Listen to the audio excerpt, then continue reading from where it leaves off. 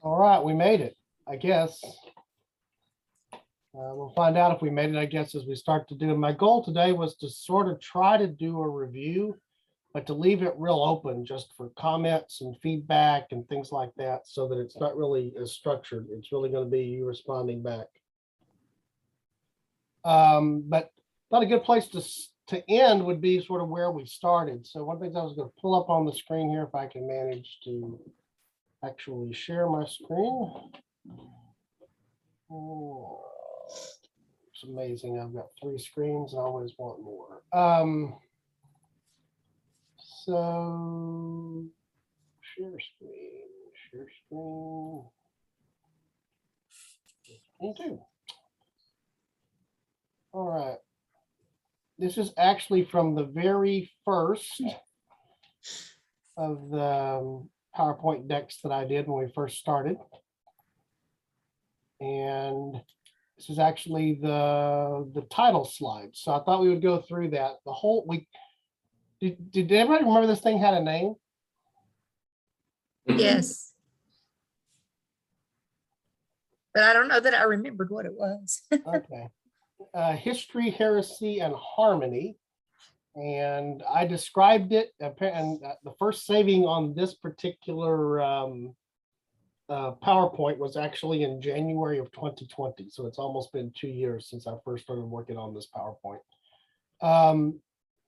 A survey of church history with an emphasis on the evolution and exposition of Christian theology and our active role as believers. So, as a starting point, did we cover any history? Very much. Very much so. I can always deliver that if I can't deliver anything else. Did we cover any heresy? Yes, we did. And did we accomplish much on understanding the harmony?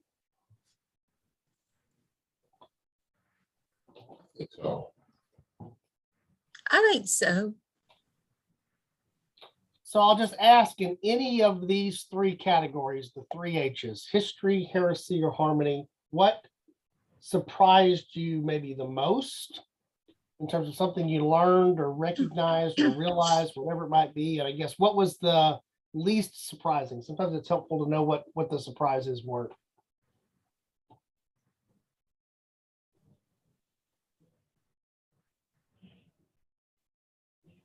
Most surprising to me was how far apart Methodists and Baptists were.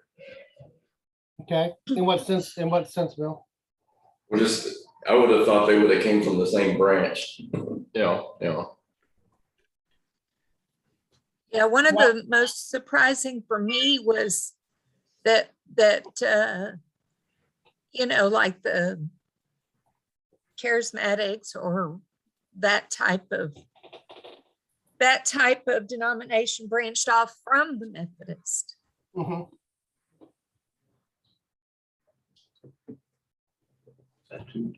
I think I was surprised by that as well, for a couple of reasons. And but mainly because growing up in the South, where we have a lot of Baptist and Methodist churches, I know more people that I know that aren't Baptists are more likely to be, especially the ones I grew up with, Methodist, than almost any other denomination. At least then. That's probably not true now. That was true when I was in school. And so I tended to think, again, more what was similar versus what was different. So I would agree with what Bill said and what Donna said about it in terms of that being something that's a little bit of a surprise. And in your point, Bill, seeing that Methodism flows off the Anglican branch and not off of, the more traditional Protestant branches, it was an interesting thing to me in the chart that we use so frequently. What else?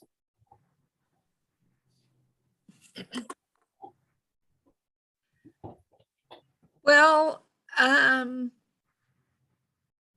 guess because I just never knew how some of the denominations were formed, I mean, especially Islam, that initial part of our study, just the history of the people groups and how that all came about was I guess surprising and very interesting. Okay.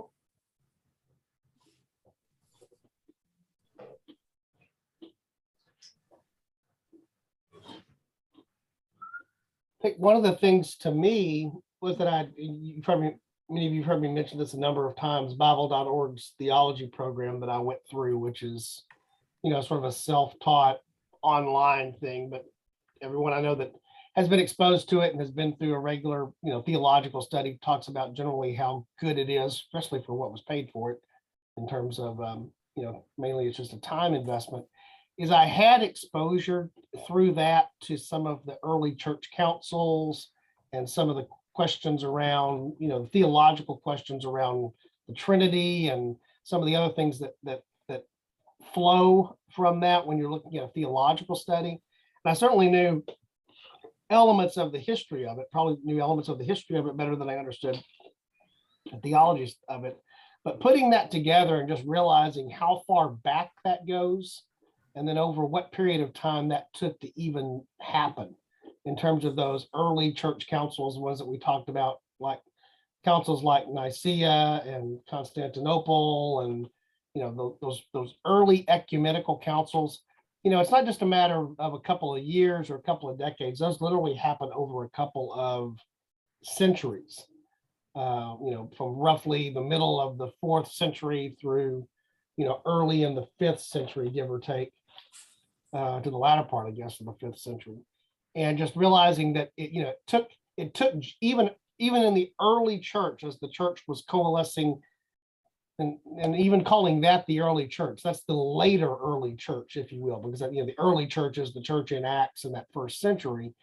But as you're in the growing, more solidifying church, might be a way to describe it, that was still, it wasn't a matter of, like say, years or decades. It was a matter of centuries for a lot of that to work itself out to where there was a clear understanding about what it meant to be orthodox in the classic sense. I think the thing that has surprised me the most would probably fall under the heresy, because it seems to me, I know it's important, but sometimes we let the little bitty differences between like what I believe and what you believe, and sometimes the differences in what we believe are critical, I think, differences. But like, just because I don't believe all of the things that are Calvin,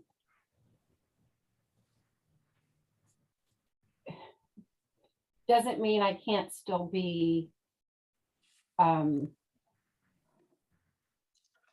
in the same, I don't know a great way to describe it, but in the same boat. I would still say that just because I don't believe that, and I'm still struggling through that and stuff like that, that somebody who is that 5-point Calvinist, do I think that because we don't agree on that point that we're bad people? Like, would they think, I'm not going to heaven because we believe so differently on that? And there's so many little divisions in the church that seem to be over the minor things rather than the major things that we've kind of talked about before around that too.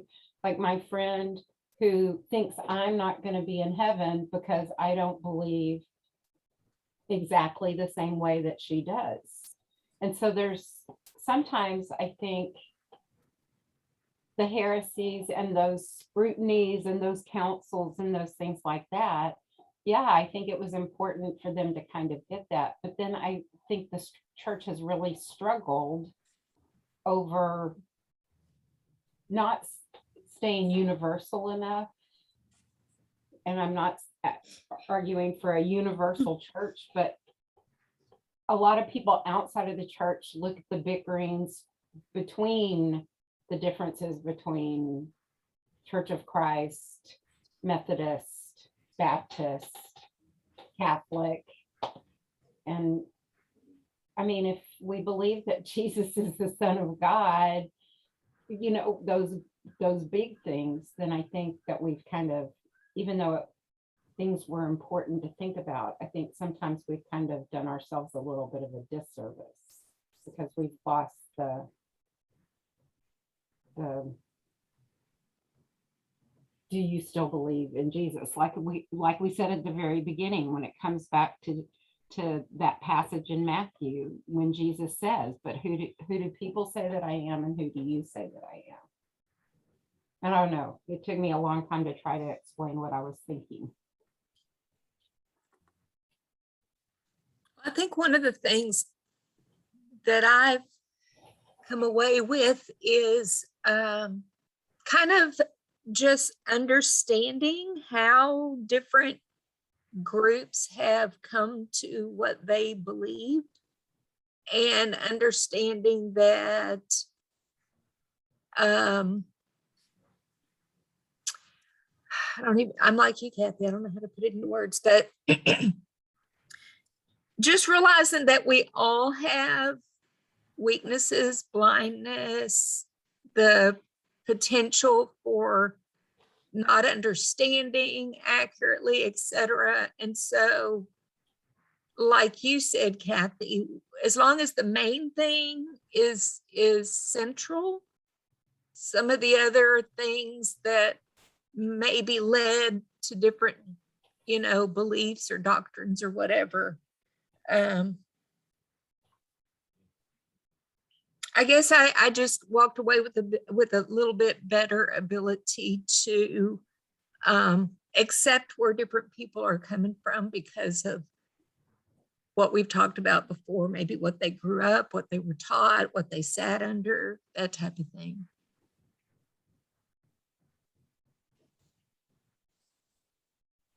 And my goal for it was that it would be a survey, but of course, you know, it's hard to stay at the survey level. You're constantly dipping down. And again, I just realized this when I did this because it was just a natural thing to do. Church, I capitalized church here in the explanation. And that's actually one of the things that we talked about, you know, different denominations and different elements of belief. We'll talk about whether or not the church is an open, you know, thing, or whether it's a very particular, only to them kind of thing. So even the meaning, the definition of church is altered by, as we studied, as you go through that. And then you know, my goal here was to try to find ways for this to be practical and applicable. And so, you know, it was, you know, emphasis on evolution and exposition. Do you think that Christian theology has evolved?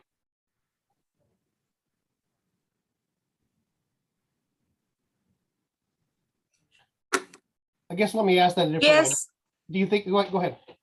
Well, I was going to say yes, in the sense of people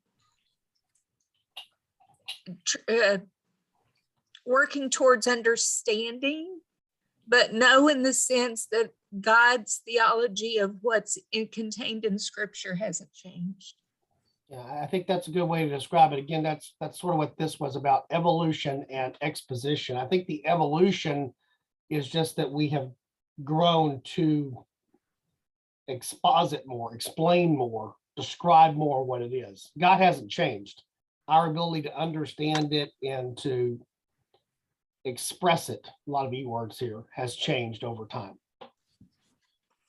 And I do think we owe a tremendous debt of gratitude to those early church fathers who struggled with this, so that we, you know, so we can stand on their shoulders and we don't have to as much. You know, what they did early on in those councils in terms of taking those challenges on and thinking about them in big ways, writing down, you know, in creeds and other writings, what it meant. You know, that debate and that discussion was healthy, even when it sometimes felt like it wasn't healthy.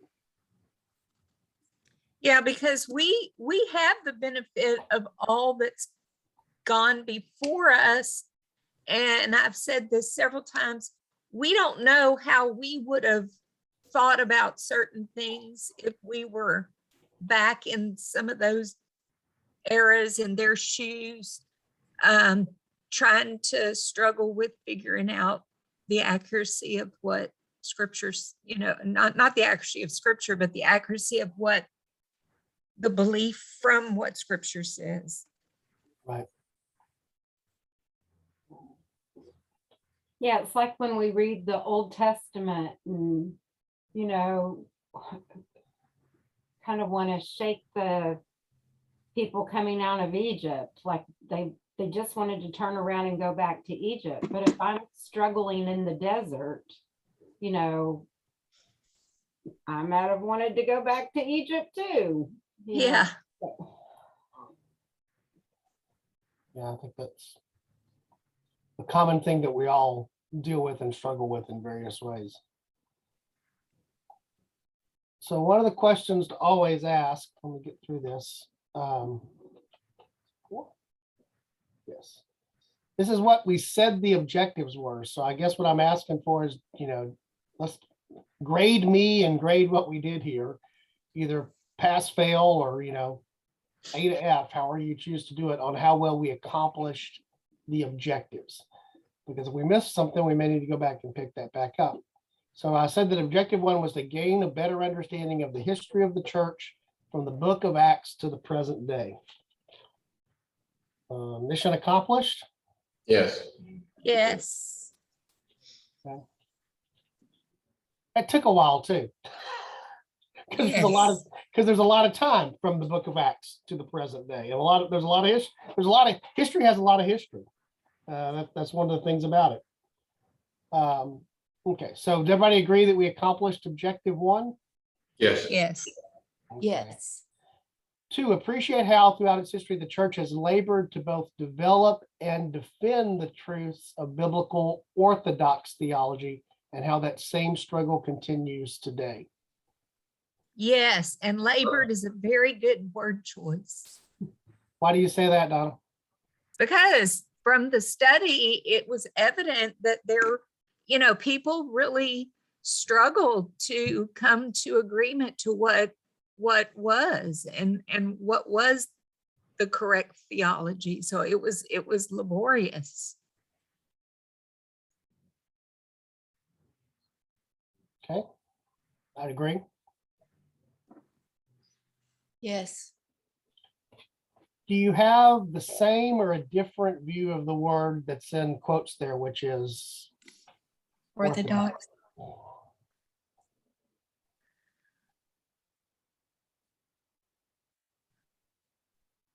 I mean, my thinking is biblical orthodox theology would be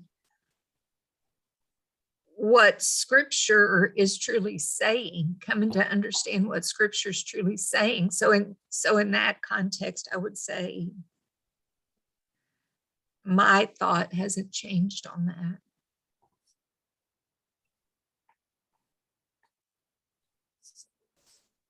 Well, when I wrote down orthodox at the very beginning of the study, I put original, accepted, mainstream, correct. And I guess when I've thought about orthodox in the past, I've kind of, I don't know why again, but the Catholic Church and the word orthodox have kind of always seemed to go more together. And if we're really talking about what scripture is really saying, then mainstream isn't maybe the right word, but correct. Correctness would be more what I would want is, again, when we all have so many different histories and backgrounds and understandings, I think it goes back to, yes, what did scripture really mean versus what the mainstream believes.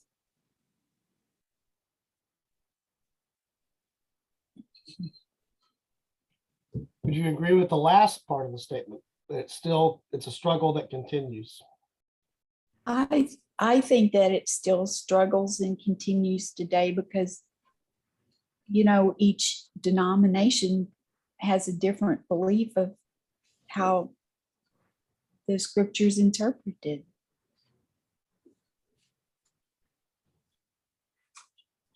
Agree.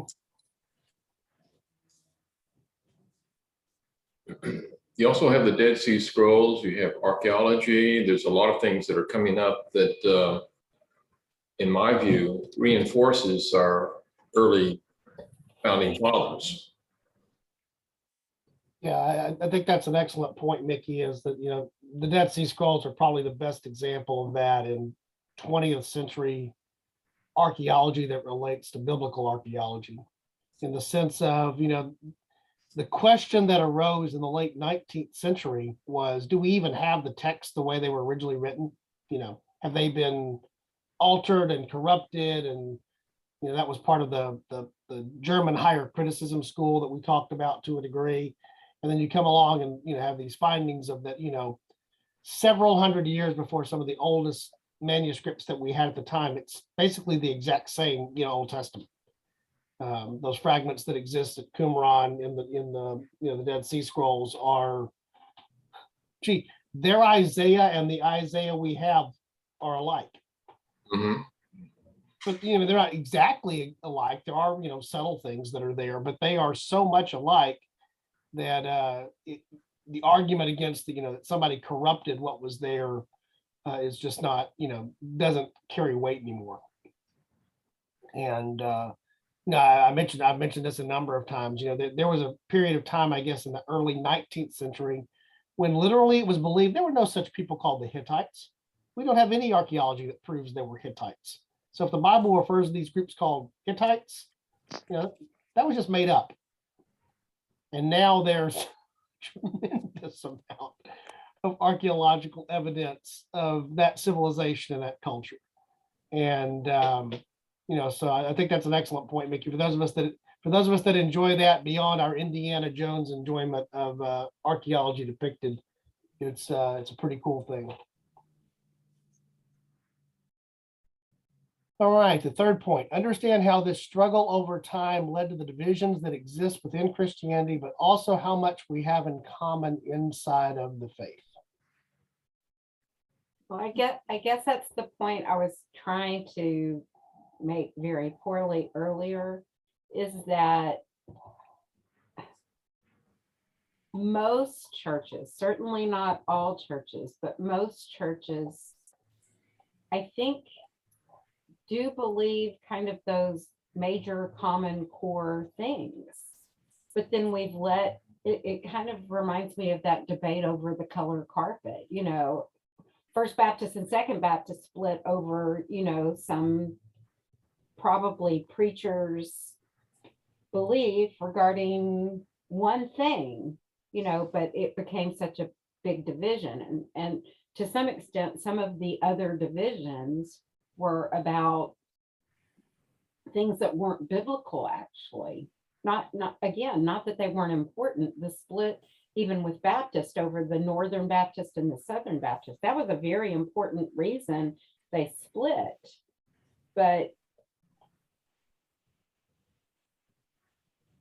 their ultimate theology is the same, but then they disagreed about something that actually wasn't necessarily. I mean, if you go back to it, yes, the fact that slaves were made in God's image were equal and stuff like that. Yeah, but again, some of those divisions on some levels, I think, were kind of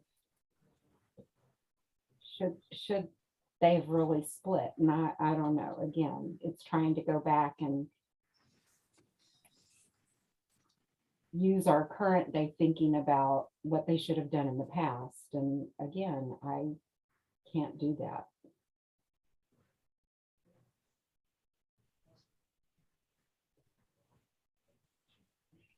For me, one of the things that jumps out is I think about Acts chapter 15, I guess. And that's that we have demonstrated in the Bible, in the early church, the fact that there were divisions then and how to deal with it. You know, one of the first divisions, well, actually a division arises before that. It's in the appointment of the first deacons, because there was a division that rose over how, you know, the Greek and the Jewish widows should be taken care of. But then certainly by Acts 15, the time of the Jerusalem Council, which really is the first council, you know, the question has arisen, you know, the question of circumcision and keeping the law, how the law, in other words, how Jewish is Christianity, you know, becomes an early question. And we see how that was resolved in the church. So this has been an ongoing thing that actually goes back to where it's actually recorded in Scripture, that we see the first one of these types of things that want to divide, and we see how it was dealt with there, you know, in a peaceable way. I guarantee you that everybody at the council in Jerusalem did not see eye to eye on everything, but they left there being able to lock, you've heard me use the phrase before, be able to lock arms to move forward on the key things that they did agree with, what they had in common. So Don, when we were on our trip recently, we ate at this little place, and there was evidence of some kind of faith or something. So I started to have a conversation with the owner, and she was not very forthcoming exactly. You know, I said something about this little brochure they had, and I said, I noticed, you know, that you mentioned faith and the first church. And I said, so what faith, what faith are you? And she said, well, we believe all of the Bible and the 10 Commandments, and we follow the Son of God. And I was like, okay, well, that didn't really tell me exactly. So I asked her, I think I asked her, is it Christian? And then that's how she answered. So when we were walking out of the store, David noticed a little brochure that they had, and we picked it up, and their denomination is called the 12 tribes of the Commonwealth of Israel. And if you look up, I think it's called, I'll have to look up the website again, but it's very interesting, their beliefs. Yeah. One of the things I'm astonished by when I was doing this study, and the rabbit holes that sometimes you go down, particularly when you have the power of the internet as a research tool, but you also have to be wary of the fact that you have the power of the internet as a research tool. Yeah. And where you're getting your sources from, and checking your sources in ways that you know are reliable, is that, you know, for every mainstream, you know, large scale denomination, you know, belief pattern, there's also, you know, tons of Yes. of you know, these very localized, very different, you know, very distinct, and, you know, trying to figure out what's quote unquote mainstream, what's big enough to include, what's, you know, not including. I use that one chart as our, you know, pattern for looking at the denominational, particularly post the Reformation. I use that. Right. You know, there were other versions of that chart that I looked at that, you know, split into not just, you know, a couple of dozen branches, but literally split into hundreds of branches. And that's just the ones that split off of each other, let alone the things that, you know, form out there that are sort of sit outside the tree, if you will. Well, Yeah. we'd never get finished with the study if we tried to No. study every single. It's impossible. And so you end up, by definition, and this is a good thing to do, you end up grouping them. You know, for example, you know, how many times do we talk about the holiness churches, or how many times did we talk about those that, you know, had a flair of being Anabaptist? Well, there was more than one, you know, more than one of those. I was reminded this week, we typically watch Jeopardy now, that's recorded. My mother-in-law watches it during the day, and then we tend to watch it collectively at night. I think it's a little bit also like she gets to watch it again, sometimes surprised for the first time. But sometimes she knows the answer and knows she's going to win. But there was a reference in this past week where it was the professor's tournament, a question I would not have known the answer to that I did. It was about Jan Hus. If you remember him, Oh, he was one of the early persecuted, Anabaptist. right. And so when I heard that answer, I'm going, I would not have known. I don't think I would have. I don't remember being taught about Hus at any point during, real history studies in school. I would not have known that, but I knew the answer here. I think there were even some, questions that Kathy knew the answer to that were along the lines of like the Book of Common Prayer and things like that, the result of just looking at the study, what you might call common knowledge, except that it's not common because we don't deal with it every day. Well, I was actually thinking about this morning that like the average person who attends church, I'm just going to guess that most of them don't have an understanding of really a total understanding of what most churches really do believe. I mean, I don't even necessarily know if they fully even understand all of the different aspects of what Baptists believe. And because then we're also assuming that there is one common single understanding of what Baptists believe, Right. which is also true and at the same time not true. For example, for me, as I came to recognize this over what's happened in the last 10 to 15 years, are Baptist Calvinists? Maybe. Yeah. There. well, he does this all the time where he asks a question and then the answer is yes and no, Right. yes and no. There's two answers, or you think it's a yes or no, but it's not, because it's so much more complicated than that. And again, I think maybe the one thing that, could have done better, but the nature of when you do this type of study is you're pointing out the differences. You don't pay as much attention to the similarities because you're focusing on what's different. It's easy to overlook just how much there is in common because you're so focused on what's different that you don't constantly reinforce or recognize the what is common. When we went But when we went and toured the Billy Graham Library, I wouldn't have known who Mordecai Ham was except for our study. Okay. And he apparently was very influential on Billy Graham's life.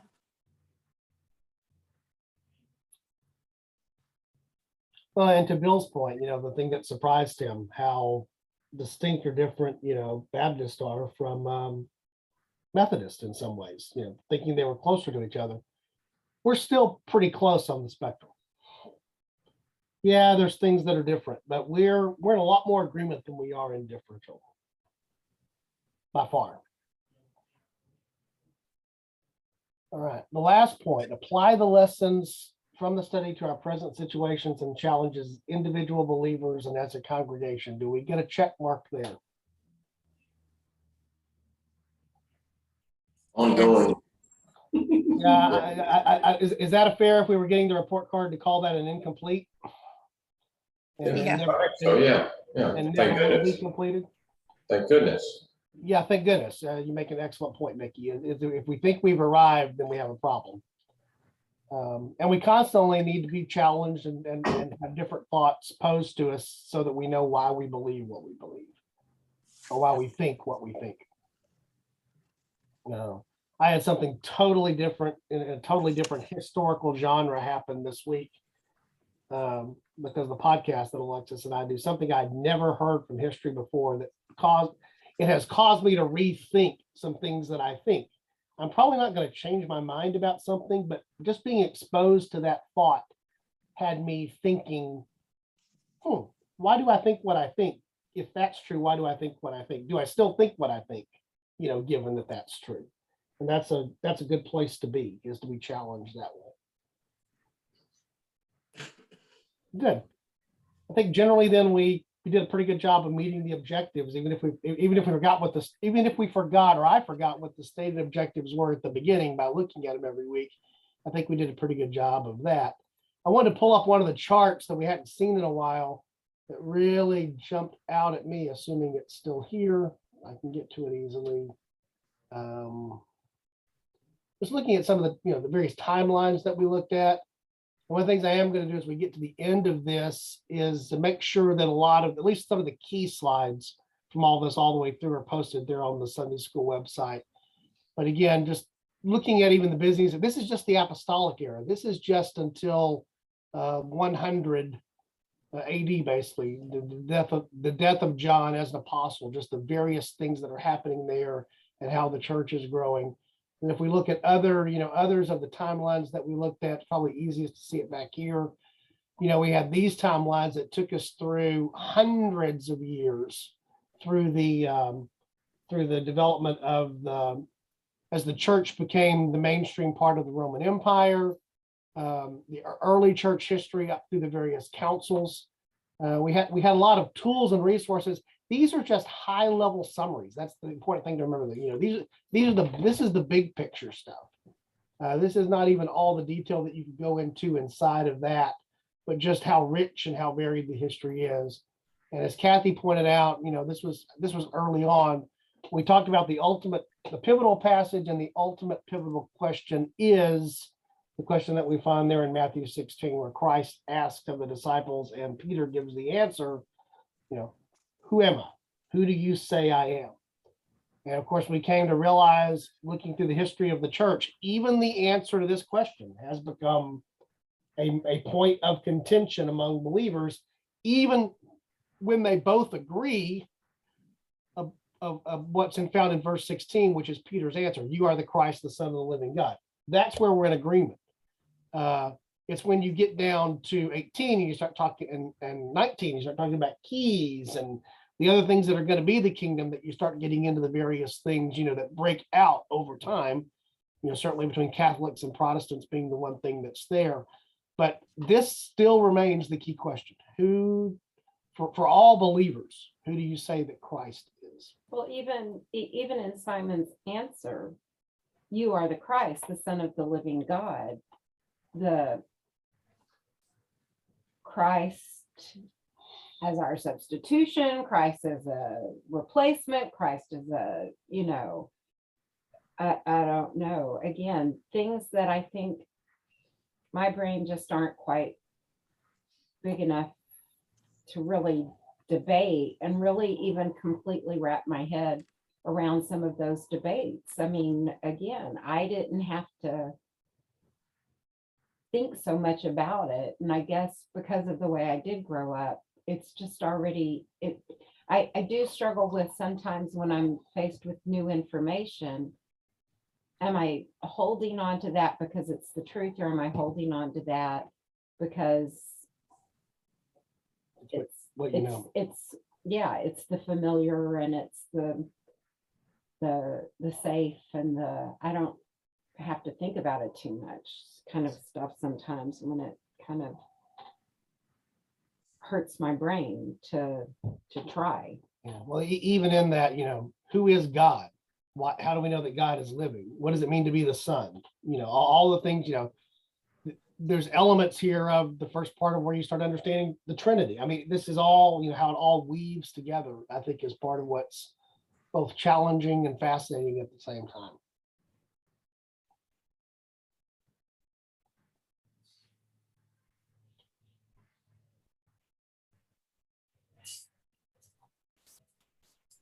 Anybody else have anything that was a surprise to them or a revelation to them?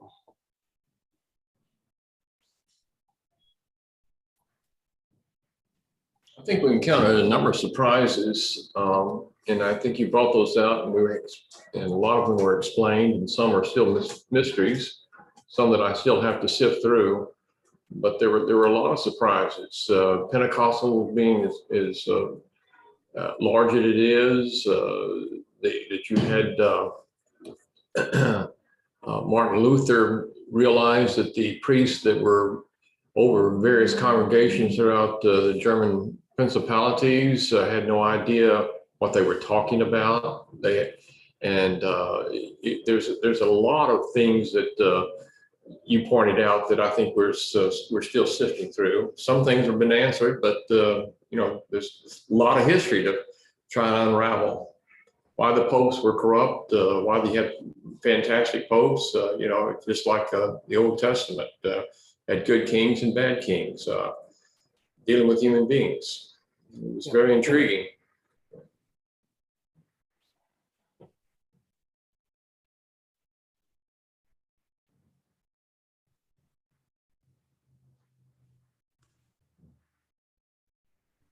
Yeah, and probably, I guess, yeah, just such a connection between government and religion was maybe a little bit surprising. And all of the historical stuff about the Anglican Church and coming over to the New World, and just probably wasn't listening in class when that was maybe talked about, or some of that wasn't talked about as far as the religion part. I was talking to an atheist last night, and he was coming at me with various directions, but one of the things that he was concerned about, among many, was that the Christians are evil. And I said, how so? And he said, well, the Salem witch trials is an example, and then he listed several others. And so the Roman Catholic Church at times have been extremely corrupt. And but I went back and pointed out to him that your mental thinking is in reference to you're more Christian than you think you are, in reference to wanting to feed the poor, wanting to do just things, and that you want to do away with corruption, on and on. So it was an interesting conversation last night.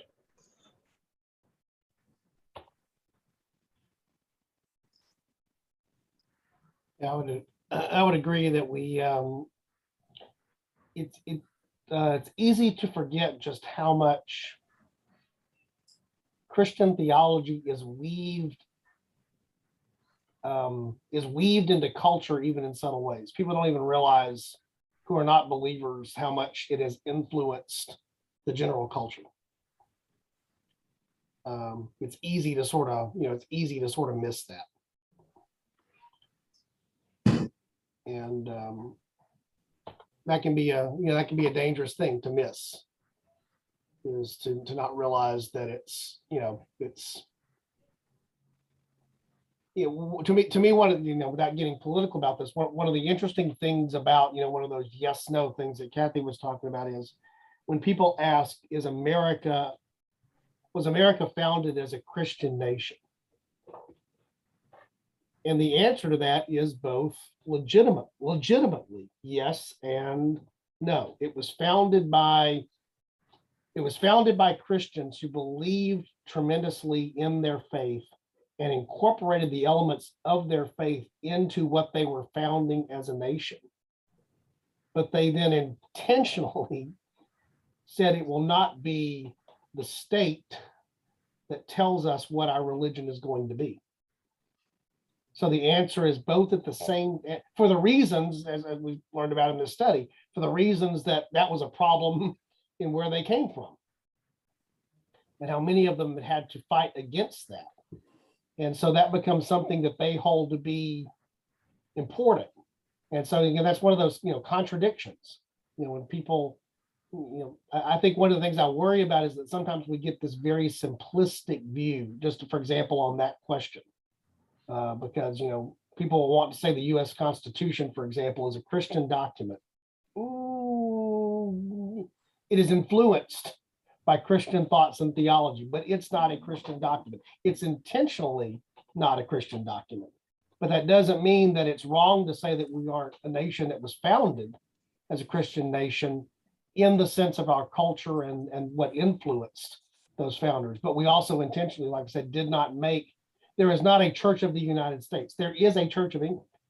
And there's a very intentional reason why both of those things exist or don't.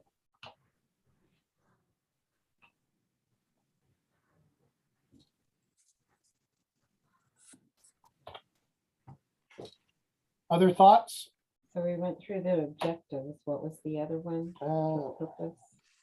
Is that it? I'm trying to juggle multiple screens here. I talk about what the tools were going to be. No, that was not the next. Okay. What was the process? So what I wanted to do, I'm searching here as I've stopped the share in one of the other plenty of screens. So let me juggle over to what I want. Here we go. Get this to go. There we go. Now I'll restart the share. We use this for most of the latter part of the course or the study. After we got past 1054 and the division between the East and West Church, Catholic Church, and the Eastern elements of Orthodoxy. And then, of course, 1517 being the key date because of Luther and the Reformation. So just with this on the screen, does this engender any questions, comments, thoughts in and of itself? To me, it does, because to be frank with you, I seem to, after your long, in our long study of the church, I'm inclined to go more Orthodox church in my beliefs than I am Roman Catholic and possibly even Baptist. But the problem I've got is that the Orthodox Church has certain items that they do that I'm not in favor of. For instance, I'm used to clergy in either suits or something fairly common apparel, and yet their priest and what have you are decorated in extremely fine clothing, and that disturbs me. Some of their practices disturb me, but those are really minor things compared to their overall theology. But there again, that blocks me from running over and signing up and becoming an Orthodox believer. And you can look at all these different subfaith, Orthodox, Catholic, Baptist, et cetera, and I think there's a lot of things that are very much in common among all of them, but there's some things that repel me. So I think it's intriguing that the church is. You said something in reference to the Constitution, in reference to it being not a Christian document, but actually it flows with that, because the concept is that live and let live concept, in my view, of the Constitution. Like eventually we came up with the concept of the Baptists and the Congregationalists and the Lutherans and the Catholics, and they need to live together. We have a little bit different twist on the faith, but hey, it's just live and let live concept. Yeah, and That's again, I think it embodies a tremendous amount of Christian ideal. Yes. It's just that it doesn't go and, for example, directly quote scripture as the justification for anything that's inside it, or like I say, specifically say, and the national church will be this. Yeah, but you also have analyze the atheists would not have come up with the Constitution. The Muslims would not have come up with that Constitution. The Buddhists, et cetera, et cetera. It took at that time the Christian community with their background to come up in their history to come up with that Constitution. Right, and their history of persecution and struggles against government, influencing how they wanted government to be. Exactly. Yeah, so it's again that's why the answer is yes and no. Right. We want to make it simpler than it actually is. We want to apply, we want to apply the way we define those terms today, even back to then. I think that's a dangerous place for us to go to. But at the same time, to say that it is not a Christian document in terms of the influence and ideals is just to ignore on its face so much of what's there. Because that was the culture, that was the mechanism by which even the organization there was around how many of those early churches in the Americas were organized to rule themselves, to govern themselves. They borrowed from what they knew, and what they knew in terms of how to govern something was how to govern the local church. So let's see if that works for how to govern the local government, kind of thing. So again, it gets tricky. The tendency is to sometimes make it more complex than it needs to be, and sometimes the danger is making it simpler than it actually is. And both of those are things to guard against. Real quick, because it's important to me, did I just miss when you talked about in 1801 the split off of Church of Christ from Baptist? We didn't go down either of these two paths, the 1801 Church of Christ or the 1844 Adventist, quite as much. We did cover a little bit of the Adventist thing because this was wrapped up in the latter part of Second Great Awakening, what was going on with the split between Northern and Southern Baptists. That sort of got all mixed up in that. And so we weren't actually referring to this chart as much when we were doing that as we were to other things. But we covered it. We just didn't cover it in as much detail. So what was the theological difference that split the Church of Christ off in 1801? I mean, I know a lot about what they believe now, different than what Baptists believe, but was there a singular kind of movement or event?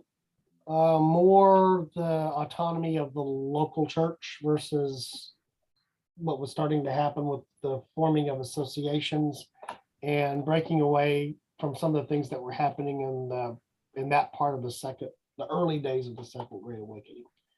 More of the emotional preaching stuff. Some of the same stuff that's actually happening, Like with the circuit preachers and stuff like that? right? More Southern than Northern? I don't know if I can accurately answer that. I don't know if I know enough about that to know how geographic it was. You see churches of Christ in the United States more in the South than you do in the North. In many ways, Northern Christianity in the United States after post-revolution, just to give it a really broad sweep, is a lot more static than Southern Christianity. And a lot of that does have to do with the Civil War, with slavery, with where the charismatic movements became more prevalent, which tended to be in the Appalachia, the South, and then to the West.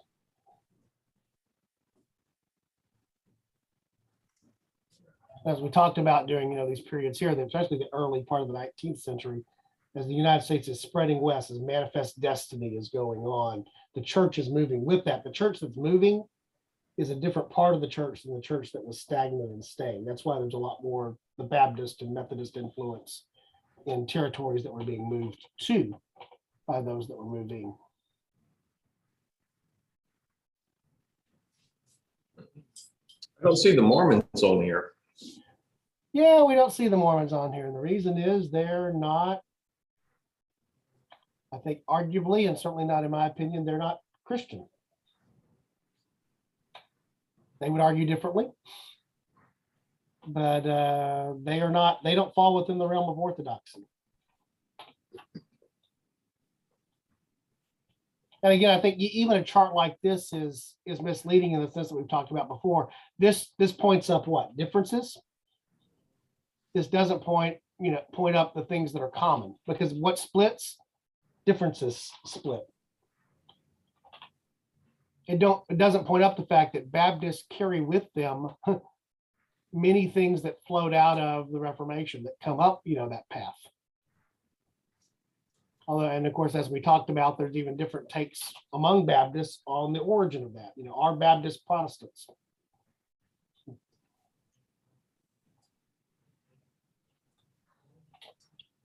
I would argue yes, even if they can point to being much more closely tied to an earlier version of theology in the church.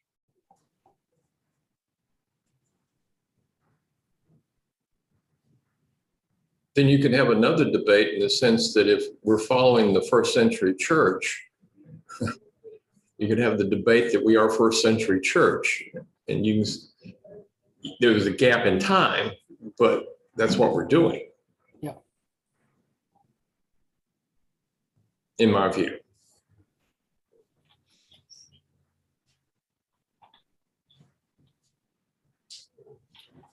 All right. Any other big thoughts, big comments?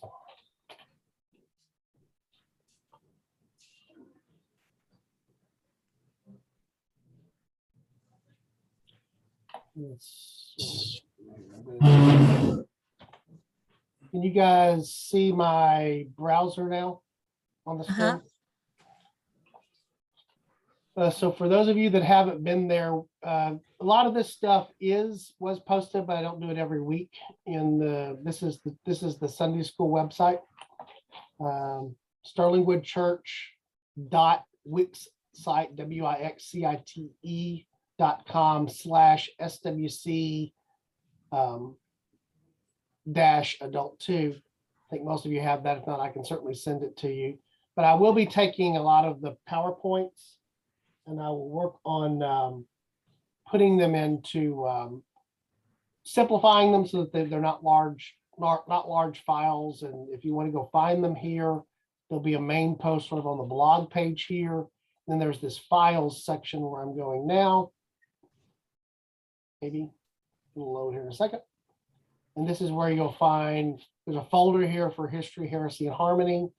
And so some of the things that we've used as resources, some of the slides, the denominations, PDFs, like, well, there's a good example here.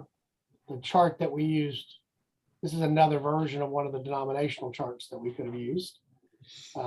So you'll see things like that there. There'll be some what I'm saying is there'll be some updated resources that are there.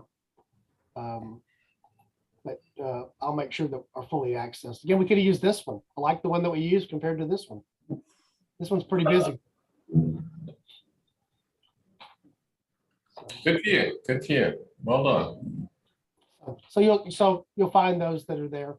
And if you want to, I'll be posting those this week, including like for some of the stuff that we did from Ron Rhodes, Reasoning from the Catholics with Scriptures. There's a whole section on that where I did scans and uploads for it.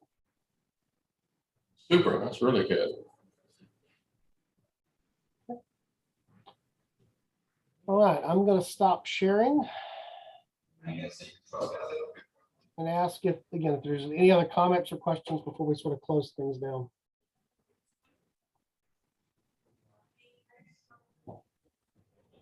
This was a great study, Don. Thank you so much for all your time and effort. Thank you guys for participating.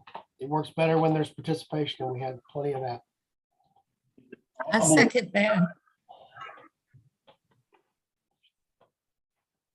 Are we still recording? I'm about to stop the recording.